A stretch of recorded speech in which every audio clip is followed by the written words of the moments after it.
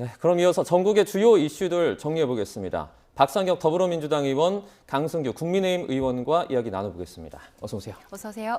안녕하세요. 안녕하세요. 박상혁 의원입니다. 자, 정부의 세 번째 부동산 대책 발표 이후에 그 논란이 아직까지 좀 사그라들지 않고 있습니다. 오늘 이기현 대통령실 홍보소통수석은 최근에 정부 부동산 대책과 관련해 시장 반응과 민심을 묻는 질문에 이렇게 답했는데요. 듣고 오시죠. 일부 불편이 있는 거는 좀 불편이 일어나고 있는 거에 대해서 송구하다는 말씀 먼저 드리겠습니다. 예. 부동산의 폭등이라는 게 미래의 재앙이 될 수밖에 없고 네. 이거를 방치했을 경우에는 더 큰 문제가 될 수 있기 때문에 고육지책이었다 이런 말씀 드리고 싶습니다. 네. 근데 잘못도 알려져 있는 부분도 있는 것 같습니다. 생애 최초의 LTV, 그러니까 네. 담보 인정 비율은 여전히 생애 최초의 거는 70%를 유지를 하고 있고요. 네네. 또 15억 이하 아파트는 최대 6억의 대출이 현재도 가능하다는 점을 좀 강조해 드리고 싶습니다. 네. 자, 이수석의 발언 듣고 오셨는데요. 자, 요약을 조금 해보자면 이 부동산 대책은 고육지책이고 뭐 주거의 사다리를 걷어찬 건 아니다. 이런 취지로 들리죠. 예, 뭐 지금 홍보수석이 얘기한 것처럼 여러 가지 부동산 관련된 발표로 인해서 현실적으로 뭐 불편이 발생한 부분과 관련되어서는 정책 당국에 있는 사람으로서는 뭐 송구하다는 말씀 좀 적절한 표현인 것 같고요. 네. 그럼에도 불구하고 지금의 부동산 상황들은 최초로 보면 오세훈 시장이 토어제를 해제함으로 인해서 발생한 것들이 계속 확산된 것들 측면들이 있고 이 부분을 해결하기 위해서 불가피하게 여러 가지 좀 조치들을 취했던 상황들도 있습니다. 네. 그럼에도 불구하고 이 현재의 여러 가지 부동산 대책으로 인해서 근본적으로 주택을 구입한 분들한테 나타날 수 있는 여러 가지 상황들, 뭐 이런 부분들에서 좀 잘못 알려진 부분들에 대해서는 예. 또 홍보석이 좀 설명을 한 것 같고요. 저는 부동산 문제는 어떤 특정 시기에 특정한 사람들로 인해서 발생한 문제는 아니거든요. 네. 우리 사회가 축적되어 온 과정, 또 재산 형성의 과정, 그리고 수도권에 집중된 상황들, 이런 것들이 다 총체적으로 다 연결되어 있는 문제라고 생각합니다. 그래서 지금 여러 가지 논쟁을 펼치기보다는 여야 간에 조금 이런 문제들을 어떻게 해결할 수 있는지에 대해서 조금 지혜를 모으는 것이 오히려 국민들한테 정치권이 가져야 될 좀 도리가 아닌가라는 생각이 들고요. 그러다 보면 그 안에서 여러 가지 취해야 할 좀 정책들도 저는 충분히 있을 거라고 생각합니다. 네. 네, 그런 부분들로 좀 모아나가는 것이 타당하지, 뭐가 잘못됐느니, 뭐가 누구의 책임이 있느니 이렇게만 계속하게 되면 부동산 문제라고 하는 어떻게 아주 우리 사회에서 가장 고질적이고 종합적인 문제를 해결하는데 정치권은 항상 소외될 수밖에 없다라는 생각을 갖고 있습니다. 네. 고육지책이었다는 이규현 수석의 말에 동의하십니까? 민주당과 이재명 정부가 아직도 부동산에 정말 정신을 못 차렸다 이렇게밖에 진단할 수가 없습니다. 이기현 수석의 지금 브리핑을 두 가지 요약되는데 일부 불편하다, 예. 고육지책이다 이러는데 시장에서의 어떤 분노는 왜 민주당, 특히 그 진보 정권이나 민주당에서 저 정권만 잡으면 왜 이렇게 반시장 정책을 펼까? 시장이라는 것은 수요와 공급, 또 그런 부분에 있어서 일정 정도 수요나 공급에 있어서 어떤 시장 기능을 넘는 초과 수요, 초과 공급이 있을 때 규제도 할 수 있고 정부가 조정 역할을 할 수 있는데, 그런 조정 역할이 아니라 시장의 수급 기능을 완전히 망가뜨리는 그런 정책을 폈다. 반시장 정책을 폈다. 거래나 어떤 대출 이런 문을 꽁꽁 거의 잠가 버렸다. 이런 부분에 국민들이 과연 투기를 잡으려는 것이냐, 부동산 시장을 완전히 망가뜨리려고 하느냐는 분노를 가지고 있고요. 두 번째 진단은 위선입니다. 그런 부분이 이런 갭 투자라든가 투기 수요 이런 부분이 문제가 되기 때문에 투기 수요를 억제하기 위해서 어떤 갭 투자나 이런 것들을 막아야 되겠다. 뭐 일정 정도 그런 정책이 있을 수가 있지요. 그런데 꼭 그런 정책을 쓰고 나면 그런 정책을 위반했다든지 민주당의 고위 관계자들이 이런 부분을 통해서 돈을 또 벌고 이런 부분에 부동산 시장을 정말 민주당이 말하는 부분 교란돼 있다면 교란의 주범들이었어요.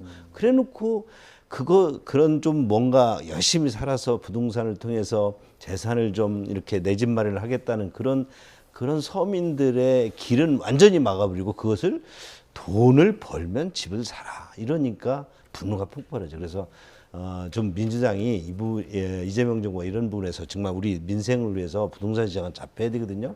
그러려면 반시장 정책 빨리 풀고 위선적인 부분에 대해서 국민께 사죄하는 게 우선이다 이렇게 생각합니다. 네. 자, 이수석 발언에 두 분 조금 이견을 보여주셨는데, 자, 정부의 이번에 부동산 대책 발표 이후에 여야 공방이 계속 불거지고 있지 않습니까? 그런데 이 공방이 장동혁 국민의힘 대표의 다주택 논란으로 또 번지게 됐습니다. 그러니까 6채가 있는데 이제 모두 실거래용이고 합산해서 8.5억, 그러니까 8억 5천만 원이다라는 게 이제 장 대표의 해명인데요. 이분은 좀 어떻게 보셨어요? 그러니까 실거래용이 아니라 실거주용이라고 주장을 하는 거고요. 네네네. 그다음에 저것을 저희들이 알게 된 게 저희 공직자들 같은 경우는 재산 신고를 연말에 합니다. 그렇기 때문에 그걸 정확히 알게 되는데 저도 하고 우리 강승규 의원님도 하지만 그게 전부 다 공시지가 기준으로 하게 됩니다. 네. 실거래가 기준이 아닙니다. 그래서 8억 5천만 원이라는 사실 자체가 공시지가 기준이기 때문에 현 시가와 다르다는 걸 본인도 스스로 알 겁니다. 그러면서 마치 그렇게 아주 적은 큰 6채의 높이에 불구하고 적은 금액이라고 스스로 얘기를 하는 자체가 저는 위선이라고 생각을 하고요. 오늘 뭐 우리 정청래 대표도 이번 주가 에이펙 주간이어서 가급적이면 상대방에 대한 얘기를 정쟁을 좀 삼가하자는 취지로 말씀을 드렸는데 네. 그럼에도 불구하고 좀 말씀드려야 될 것이 뭐 박덕흠 의원이라든지 김기현 의원이 아주 2억 원을 구매한 땅이 1,800배의 시세 차익을 올렸다든지 또는 다주택 그걸 가지고 있는 국민의힘 의원이 29명이 지금 현재 보유하고 있는 것으로 또 알려진 바도 있습니다. 그래서 저희가 그럼 전수조사를 하자. 예. 뭐 이런 얘기도 제안을 하기도 했습니다만 오히려 이런 부분과 부동산 관련되어서 그동안 막대한 시세 차익을 올리고 한 것은 뭐 국민의힘이라는 건 다 알려진 바 사실이긴 한데요. 그러나 제가 초반에 말씀드렸던 것처럼 그럼에도 불구하고 지금 여야가 부동산 문제를 해결하는 데 있어서 이렇게 공방하는 것이 과연 실질적 해결에 도움이 되느냐 이런 부분들을 다시 한번 저희들은 말씀드리고 싶습니다. 예. 일단 지금 민주당 쪽에서 지적하고 있는 바 장동혁 대표의 부동산 이거 국민들이 납득할 수 있겠냐 이런 지적들 나오고 있는데 어떻게 보십니까? 우리는 자본주의 국가이고 자본주의 국가에서 국민들은 누구나 기업이든 개인이든 부동산이나 동산을 소유해서 그것을 거주용이나 또는 사업용이나 여러 가지 생활용으로 활용을 하지요. 그러나 장동혁 대표가 6채를 가진 것이 적절하냐 마냐를 떠나서 장동혁 대표는 그 부동산을 어찌됐든 거주나 상속이나 어떤 실효적 그 필요에 의해서 거래를 했던 보유를 하고 있는 것이죠. 그런데 이에 대해서 이준석 대표가 아주 정확한 지적을 했던데 마흐마니 벤츠를 타는 어떤 소유주가 살기 위해서 먹고 살기 위해서 장사를 하기 위해서 소형차, 트럭 그리고 오토바이를 가지고 있는 이런 부분을 비난한다고 해서 본인들이 부동산 정책에 실패한 것이 가려지겠느냐는 것이죠. 또 하나 좀 지적하고 싶은 것은 이런 부분 등을 지속적으로 뭔가 덮어 씌워서 문제에 호도를 하려는 민주당의 그런 모습이 좀 안타깝습니다. 저는 부동산이든 뭐든 시장에서 뭔가 시그널이 올 때는 그 시장에 답을 해주는 것이 정책 결정자들의 올바른 자세입니다. 답을 대신에 니네가 이런 것을 해서 뭐 부동산 모든 어떤 전수조사를 해서 국회의원들이나 그걸 비판하는 국민들은 국회의원에게 그런 비판을 하라고 했는데 그 비판하는 사람의 화자 입을 닫기 위해서 뭔가 전수조사를 하고 장동혁 대표를 공격하는 것이 과연 이게 국민들이 납득할 수 있겠냐 이런 부분에 다시 한번 되돌아봤으면 좋겠습니다. 그러면 민주당 쪽에서 제안한 그 전수조사 국민의힘 쪽에선 받을 생각이 없는 겁니까? 그런 부분은 소위 물타기를 하는 것이죠. 그 물타기에 왜 저희들이 끼어들어가겠습니까? 지금은 이재명 정부의 부동산 정책의 잘잘못을 따지는 시간입니다. 국민의힘 국회의원들의 부동산 전수조사를 해서 잘못된 부동산 정책이 잡혀지지가 않습니다. 그렇기 때문에 그 부분은 말이 안 된다는 것이죠. 네. 조금 전에 뭐 언급해 주시긴 했는데 민주당에서는 그러면은 뭐 전수조사를 함으로써 조금 더 좀 나은 방향으로 나갈 수 있다 이렇게 판단하고 있는 거 아닙니까? 그러니까 맨 처음 이 논쟁이 시작된 게 그 어떤 정책의 사안에 대해서 적절성을 좀 논하면 되고 또 그 부분 관련돼서 부족하면 채우면 되는 것이었는데 예를 들어서 저희 민주당의 김병기 원내대표가 예전부터 갖고 있었던 주택에 대해서 그게 고가다 뭐 이런 부분들을 관련해 가지고 오히려 조금 전에 강승규 의원이 바로 지적했던 그런 것처럼 예. 전혀 문제의 해결의 본질과는 관련이 없는 그런 부분들로 계속 정쟁화 시켰던 부분들을 스스로 좀 다시 한번 돌아보기를 바라겠고요. 네. 저는 다시 한번 말씀드리자면 지금에 있어서 부동산 우리 대책에 있어서 필요한 부분이 뭐냐. 그런 부분들은 또 한번 논의하고 그다음에 한편으로는 왜 오세훈 시장은 계속 얘기를 하지만 최근에 자기가 얘기한 것처럼 공급 대책이 갑자기 마련되지 않는 예를 들면 계속 뭐 자기가 많은 공급을 했다 뭐 이렇게 주장을 하지만 실제로 최근 다시 시장이 되어서도 서울에서의 공급량이 늘지 않았거든요. 자기가 관련되어 있는 여러 가지 재건축도 하겠다, 뭐 신통 계획을 통해서 하겠다 이렇게 얘기를 하지만 그런 것도 없고 또 특히 윤석열 정부 3년 동안 가장 핵심적인 게 이겁니다. 주택을 착공한 물량이 없습니다. 우리가 항상 이 주택 공급과 관련되어 가지고 여러 가지 있지만 인허가 물량이냐 착공 물량이냐 할 때 사람들은 얼마를 공급했다라고 하는데 대부분이 그것이 인허가 물량이었고 실제로 중요한 거는 착공 물량이 중요하거든요. 공사를 시작해야 이게 공사가 끝나고 실질적으로 입주를 하지 않습니까? 그런데 지금 최근 3년 동안 윤석열 정부 3년 동안 착공 물량이 거의 없습니다. 그만큼 공급에는 전혀 신경을 쓰지 않았거든요. 그게 지금 또 이재명 정부가 이어지고 있고 앞으로도 여러 가지 악영향을 미칠 가능성들이 있습니다. 그래서 이런 문제들과 관련돼서 진단을 하고 필요한 부분에 있어서 해결을 하고 또 보완을 하면 될 문제인데 오히려 자꾸 정쟁화하는 그런 모습이 결국 사태 해결에 문제 해결에 도움이 되지 않는다 이런 부분을 다시 한번 강조드리고 싶습니다. 네, 자 조금 전에 속보가 하나 들어와서요. 저희가 이거 먼저 하나 좀 전해드리겠습니다. 내란 특검에서 이제 황교안 전 총리의 압수수색을 시도했다라는 소식을 저희가 또 앞서 전해드렸는데요. 지금 계속 시도 중이라는 그런 속보가 들어왔습니다. 아직 자택에 진입은 하지 못했고요. 기다리고 있는 상황이다. 다시 말해서 황 전 총리가 와서 이제 문을 열어주기를 기다리고 있다라는 말로 해석이 되고요. 자, 오늘 압수수색은 이제 황교안 전 총리가 계엄 당일에 어떤 행적을 벌였냐 요거와 관련된 내용이라고 합니다. 네, 다시 한번 정리해드리겠습니다.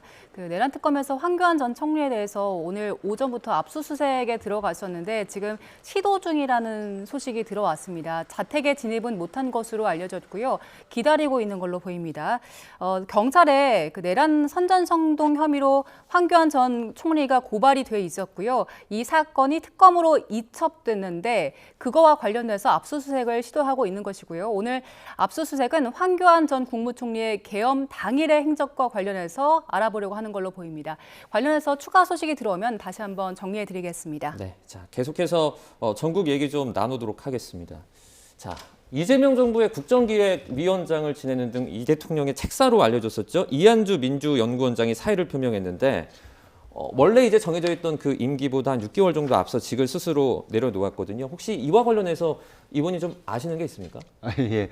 뭐 임기라기보다도 아시는 것처럼 이 뭐 정당에서 이런 정무직들은 그런 임기들이 딱 정해져 있는 것은 아닙니다. 본인을 임명한 사람이 이재명 당시 대표였기 때문에 제가 알기로는 이한주 원장 같은 경우는 정청래 대표가 들어서자마자 계속 자리를 이제 그만두겠다 뭐 이런 의사를 펴왔던 걸로 알고 있고요.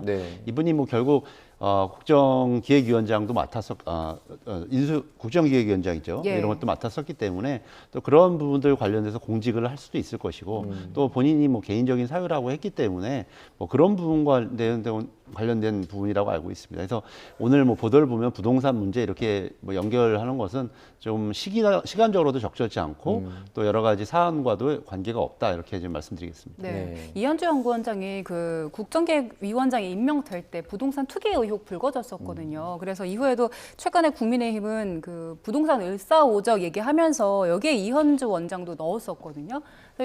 의원님께서는 연결이 돼 있다고 보십니까? 아니면은 부동산 문제와는 관련 없는 개인적인 문제라고 보십니까? 당연히 연결돼 있겠죠. 지금 이현주 원장의 그 국정기획 위원장 때 논란이 됐던 것이 두 아들에게 재개발 지역의 상가를 사줬다는 것이고 가족 명의의 부동산 회사를 설립했다는 것이죠.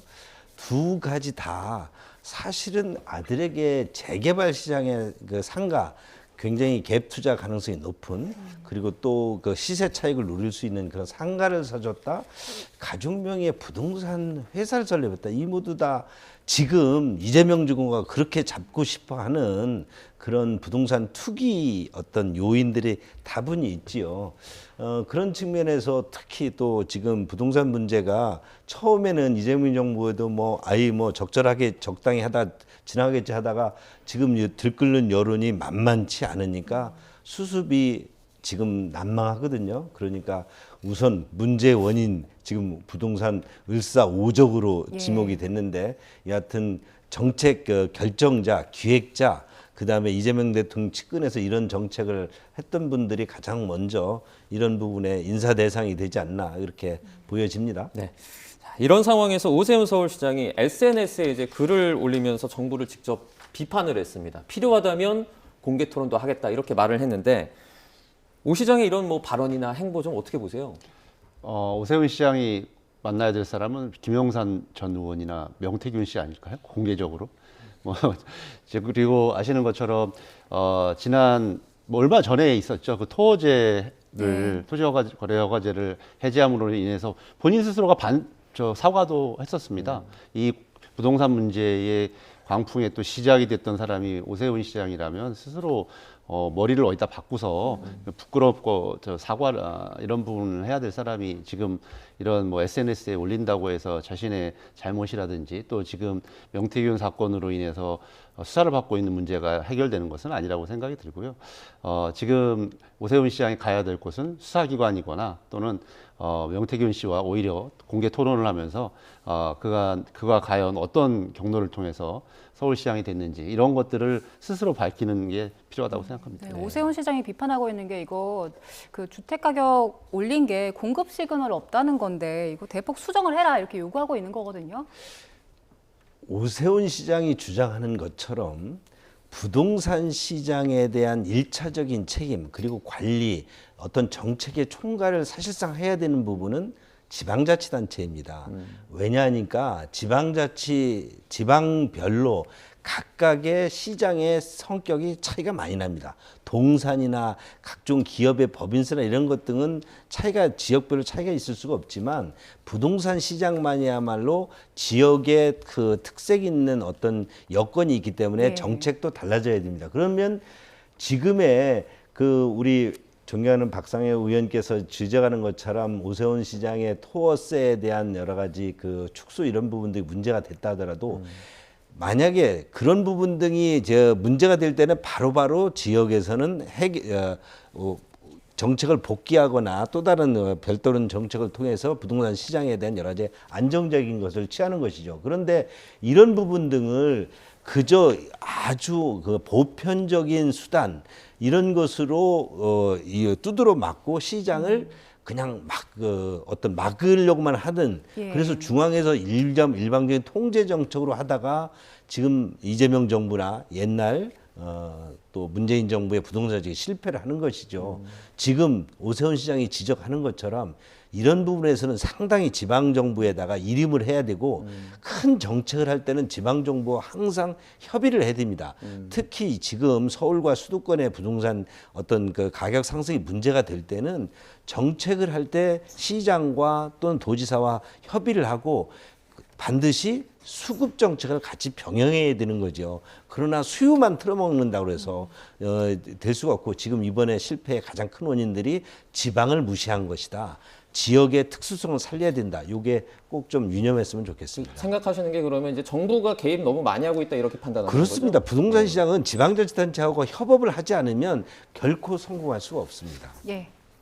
한 가지 좀 더 추가하고 싶은 게 오세훈 시장이 조금 전에 뭐 지자체의 특수성 얘기를 하는데 예를 들어서 서울의 주택 공급과 관련돼서 중요한 기능을 하는 것이 SH공사입니다. 예. 근데 SH공사가 얼마 전에도 보셨지만 전혀 관계없는 한강 수상버스와 관련된 사업에 보증도 쓰고 예. 황당한 여러 가지 그래서 저희 당에서는 배임 문제로 뭐 저도 예전부터 지적을 해왔고 지금 이번에 고발까지 하게 됐습니다만 본인이 계속 주장하고 있는 것처럼 공급 문제 본인 스스로 해결 못 하거든요. 그래서 지금 자기가 해야 될 부분은 반성할 부분 반성하고 수사받을 것 수사받으면서 오히려 정부 정책에 협조하는 것입니다. 네, 자 이런 가운데 최민희 국회 과방위원장이 어제 본회의 도중에 보좌진에게 이제 피감기관 관계자 등의 이름과 함께 뭐 100만 원, 30만 원 등의 금액이 적힌 문자를 발송하는 장면이 취재진의 카메라에 포착이 됐습니다.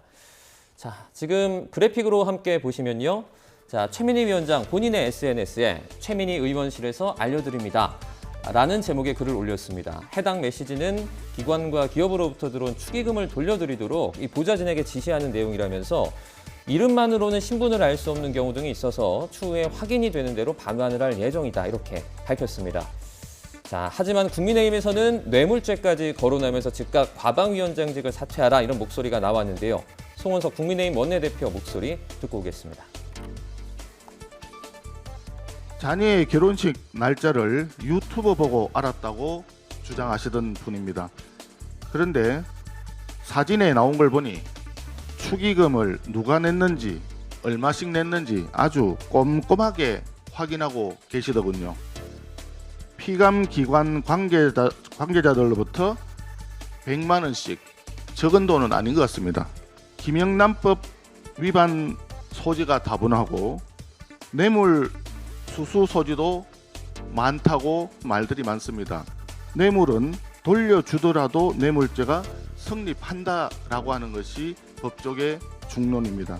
최민희 위원장은 그 자리에 머물러 있을 자격이 전혀 없습니다. 즉각 과방위원장 사퇴하기 바랍니다. 네, 난데없이 국감기간에 뭐 결혼식 축의금 논란이 불거졌습니다. 이 해명 좀 어떻게 보셨어요? 최민희 위원장 갑질 그 상임위 운영으로 참으로 국민들의 눈살을 찌푸려 오지 않았습니까? 아무래도 갑질 결혼식으로 이런 부분을 갑질이 뭔지를 한번 보여주는 것 같고요. 네. 이해충돌이니 아니면 본인의 뭐 아들 결혼식에 어떤 누구를 뭐 초대했느니 뭐 거기에 온라인 계좌를 넣느니 이런 분들이 논란이 있을 수 있습니다. 그러나 해명을 할 때마다 또는 어떤 부분에 대한 얘기에 변명할 때마다 국민들이 눈살을 더 찌푸리게 하고 결국 갑질 변명으로 지금 치닫고 있습니다. 아니 양자역학 때문에 양자역학 공부하다가 아들 결혼식을 몰랐다고 하더니 지금 그 이해충돌 의혹을 받을 수밖에 없는 피감기관 등으로부터 100만 원 상당의 그 축의금을 여러 개 받은 것을 보여주고도 그것을 돌려주기 위한 것이다 이렇게 또 변명하는 이 모습이 아니 어찌하면 국민을 또는 우리 시청자들에게 그렇게 하면 믿어줄 것이라고 생각하는지 참으로 안타깝습니다. 좀 우리 최민희 위원장도 좀 정상적인 상궤로 돌아와서 좀 과방위부터 좀 정상적으로 돌려놨으면 좋겠습니다. 예. 그 아들이 아니라 이제 딸 결혼식이었잖아요. 예. 그거 좀 말씀을 드리고 자, 그 이번에 그 최민희 위원장이 하신 해명을 어떻게 보면은 좀 어떻게 이해가 되십니까? 어떻게 해명이 됐다고 보세요? 뭐 이건 뭐 개인적인 차원에서 있었던 일이기 때문에 이제 뭐 그걸 가지고 뭐 설명을 드릴 사안은 아닌데요. 네. 지금 위원장이 과방위를 통해서 그동안 언론개혁이라든지 여러 가지 좀 강력한 리더십을 좀 보여줬었습니다. 뭐 그런 부분 관련되어 가지고 아마 국민의힘에서 여러 가지 좀 표적이 되어지고 있는 상황인 것 같은데요. 혹시 더 궁금해하시는 부분들이 있다면 국민 네. 여러분들께서 걱정하시는 부분들이 있다면 그런 부분들을 또 좀 자세히 설명도 하고 본인으로서도 아마 이제 축의금이 들어왔는데 전혀 자기가 아는 지인이 아닌 거나 이런 상황들에 대해서 그걸 좀 적절치 않다고 판단해서 지금 반환을 하고 있는 상황인 것으로 지금 보여집니다. 네. 그런 부분들에서 혹시 또 필요하면 더 추가적으로 또 소명하면 그렇게 해서 국민들께서 왜냐하면 또 저희들은 다 공직에 있는 사람이니까 예. 그런 부분들도 해야 될 또 필요성이 있다면 또 해야 되겠죠. 네. 네, 알겠습니다. 자, 저희는 주제를 좀 바꿔보겠습니다. 민주당에서 이재명 대통령 재판중지법, 형사소송법 개정안을 재추진해야 한다 이런 목소리가 나오고 있는데요. 관련해서 정치권의 목소리 정리해봤습니다. 듣고 오시죠. 어제 열린 민주당 의원총회에서 김용민 의원은 당 입장에서 이재명 대통령 재판을 조용하게 효과적으로 해결해야 한다고 주장하면서 재판중지법 통과를 촉구한 것이 언론 보도를 통해서 알려졌습니다. 경고합니다. 이미 국민의 인내는 한계에 도달했습니다. 만약 더불어민주당이 재판중지법을 통과시킨다면 그 즉시 이재명 정권이 중지될 것입니다. 이재명 대통령의 5개 재판이 당장 재개돼야 합니다. 불을 떼니 물이 끓는다라고 그렇게 생각을 합니다. 이재명 대통령의 중지된 재판을 재개할 수 있다. 또 재개하라라고 하는 요구가 있고 또 그에 대한 유보적인 법원의 입장이 나오고 있는 상황에서 아마 의원 개별로는 그러한 것에 대응하는 차원에서 그렇게 말씀하실 수 있는 것 아닌가. 당의 지도부가 공식적으로 이것을 논의하고 있다거나 논의할 계획이 있다거나 라고 하는 단계는 현재로서는 아니다라는 말씀을 드립니다. 예, 이게 비공개 의원총회에서 있었던 발언이기 때문에 저희가 김용민 의원의 목소리를 직접 들을 수는 없고 일단 보도 통해서 알려진 바에 따르면 그 당 입장에서 이재명 대통령 재판을 조용하게 효과적으로 해결해야 한다. 이 정도 알려졌거든요. 의원님 그 현장에 계셨죠? 예, 뭐 현장에 있었습니다. 그런데 그 정확한 취지는 조금 전에 자료화면에 나온 것처럼 저 박수현 수석이 얘기를 하고 있는데 저희는 이번 국정감사를 보면서 이 법사위에서 상황 중에 굉장히 좀 위협적이고 다시 지난 5월 1일 조희대 대법원이 이재명 당시 후보를 제거하려고 했던 그런 상황들이 다시 연출되는 것이 아닌가, 그런 상황이 다시 발생할 수 있겠구나라는 상황을 저희들이 목도하게 되었습니다. 지금 국민의힘 송석준 의원이 질의를 하니까 법원 관계자가 재판을 뭐 이론적으로는 가능하다라는 취지를 했고 또 장동혁 대표는 여러 차례에 걸쳐서 지금 방송과 같이 재판을 재개하라 이런 얘기를 했는데 이와 관련되어서 법원의 답변들이 굉장히 유보적이었습니다. 이미 명확하게 우리 여러 가지 이론이라든지 또 뭐 여러 가지 상황들을 보면 재판을 할 수 없고 해서는 안 된다라는 것들이 확립되어 있는데도 불구하고 이런 답변을 하는 자체가 굉장히 모종의 저희들은 좀 뭐 감지되는 부분들이 있기 때문에 아마 김용민 의원이 의총에서 좀 발언을 한 것이고요. 다시 한번 경고합니다만 지난 5월 1일과 같이 조희대 대법원이 정치에 개입하려고 하는 것 그리고 국민들의 주권자의 신성한 의사를 침범하려고 하는 것에 대해서는 절대 용서할 수 없다라는 것이 저희들이 생각합니다. 네. 재판 재개 가능 여부 좀 이견이 있으실 것 같은데요. 장동혁 대표의 경고대로 만약에 재판중지법 등이 발의되고 한다면 이재명 정부는 갈 때까지 가는 것이라 저도 그렇게 생각합니다. 세계 어느 나라에서 대통령이라고 해서 죄를 지었다고 조사도 못하고 대통령이 되었다고 법원을 통해서 처벌도 못하고 그렇게 하는 나라는 한 곳도 없습니다. 이 얘기는 제 얘기가 아니라 이재명 성남시장이 박근혜 대통령 때 한 얘기입니다. 그대로 돌려드린다면 대통령이라고 해서 재판이 중지된 그런 나라 더 이상 민주주의 국가라고 할 수 없기 때문에 이런 일은 일어날 수도 있고 이런 것을 추진하는 순간 민주당 이재명 정부는 아까 장동혁 대표대로 중지된다. 저도 그렇게 봅니다. 그런데 지금 정확하게 좀 알려드려야 되는 것이요. 네네. 저희들이 발의 뭐 이런 얘기 하신 게 아니라 저희들 이 문제는 이미 법사위를 통과해서 예. 본회의에 와 있습니다. 그리고 아시는 것처럼 우리 헌법은 대통령이 내란이나 외환의 죄 외에는 소추할 수 없다라는 것이고 그 내란의 죄를 저질렀기 때문에 윤석열이 지금 재판을 받고 있는 것이고요. 또 비교적으로 볼 때도 미국 같은 경우는 트럼프 대통령이 당선되자 여러 가지 관련된 부분들이 대법원을 통해서 사면을 받게 되었습니다. 네. 그래서 지금 그리고 또 과거에 여러 가지 조금 전에 말씀드렸던 것처럼 확립된 이론을 통해서라도 현직 대통령에 대한 재판을 진행할 수 없다라는 것들이 명확하거든요. 그런 부분들 관련해서 다시 한번 말씀드립니다. 네, 알겠습니다. 두 분과는 여기서 인사드리도록 하겠습니다. 박상혁 더불어민주당 의원, 강승규 국민의힘 의원과 함께했습니다. 고맙습니다. 고맙습니다. 감사합니다.